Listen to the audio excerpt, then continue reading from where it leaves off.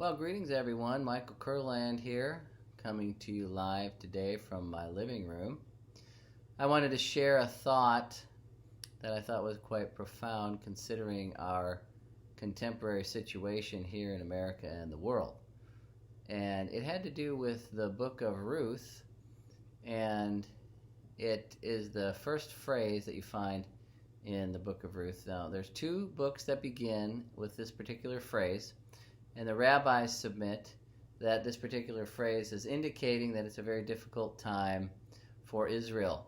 So the phrase is Vayehi bimei, which is translated as it came to pass in the days of.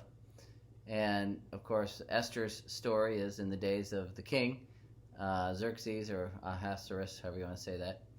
That it was a difficult time for the nation of Israel during Esther's time.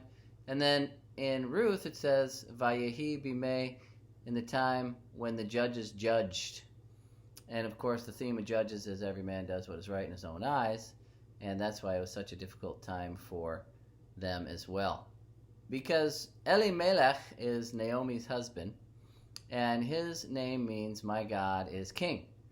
And he had God as his king, but then he does what is right in his own eyes, and he becomes his own king and decides to go to Moab, where there's food during the time of famine in Israel. So he crosses over the Jordan and goes to the east side of the Jordan into Moab.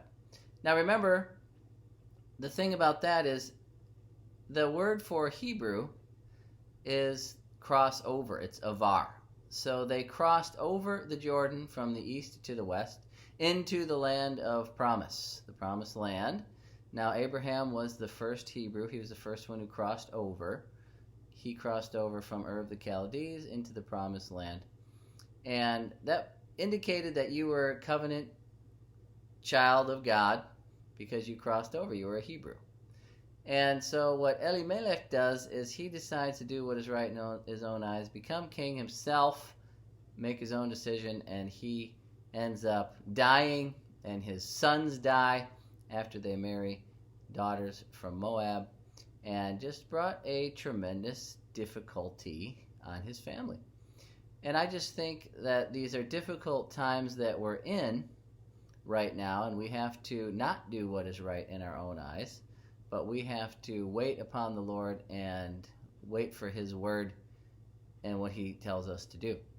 And with that ultimate paradigm of Ruth, very difficult times, Vayehi bimei, starts off, and unto redemption, because they did not do what was right in their own eyes. If you notice that Naomi went back, she recrossed over, she took Ruth with her, and they had a beautiful story that unfolds because of Boaz the Redeemer. So they did what was right in obedience to God and redeemed that whole story. And so I submit that the difficult times that we're in right now are paralleling these two stories, Ruth and Esther, and we just need to wait for God's instruction to do what we're supposed to do, and he will have a redemptive story out of these difficult times. So just to recap what I just said, the difficult times we're in, Vayehi bimei, parallel Ruth and Esther, but it's ultimately redeemed because of obedience to God. So when you do what is right, you eat the good of the land, Isaiah 1, and if you refuse and rebel, you'll be devoured by the sword. So I just submit, like my friend Chris said, that God has put us in a cocoon, ultimately hoping for metamorphosis. And we need to be changed into something beautiful, but we need to stay in that cocoon in his time and let him do what what he wants to do with us during this season. Okay, so God wants to redeem the difficulties, but we need to wait on him. And there's a paradigm with Ruth and Esther that if we do what is right in his eyes, not become our own king and do what is right in our eyes, then we will have redemption. Okay,